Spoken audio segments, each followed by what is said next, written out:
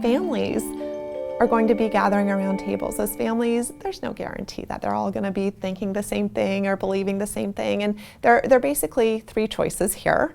Either you charge right into the political discussions and it blows up because you're not necessarily prioritizing the relational aspects of it. Number two is you could totally avoid politics, even though it's on everybody's mind. Everyone is tiptoeing around the eggshells. Instead, we're going to talk about what a beautiful color the flowers are, which also misses the opportunity to be known and to really know with any depth or nuance the other people around the table. The third option is to actually talk about the politics, but to do it in a way that preferences understanding. So seek first to understand and then to be understood. That isn't trying to reach agreement. You're not trying to change anyone's position. You're just trying to understand where they're coming from. And the best tools for doing this are questions. Things like, how do you see it?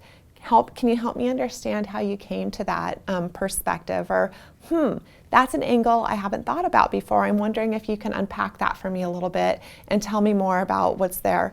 Asking questions like, I'm wondering, is there an experience that you've had that really convinced you about having this position? If you just keep asking questions, chances are you're going to learn something about the people sitting on the other side of the table.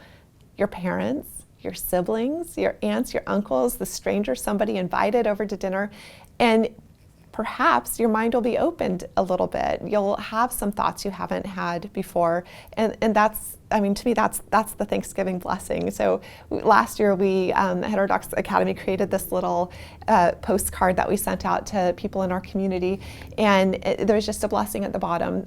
May your Thanksgiving table be graced with intellectual humility and curiosity.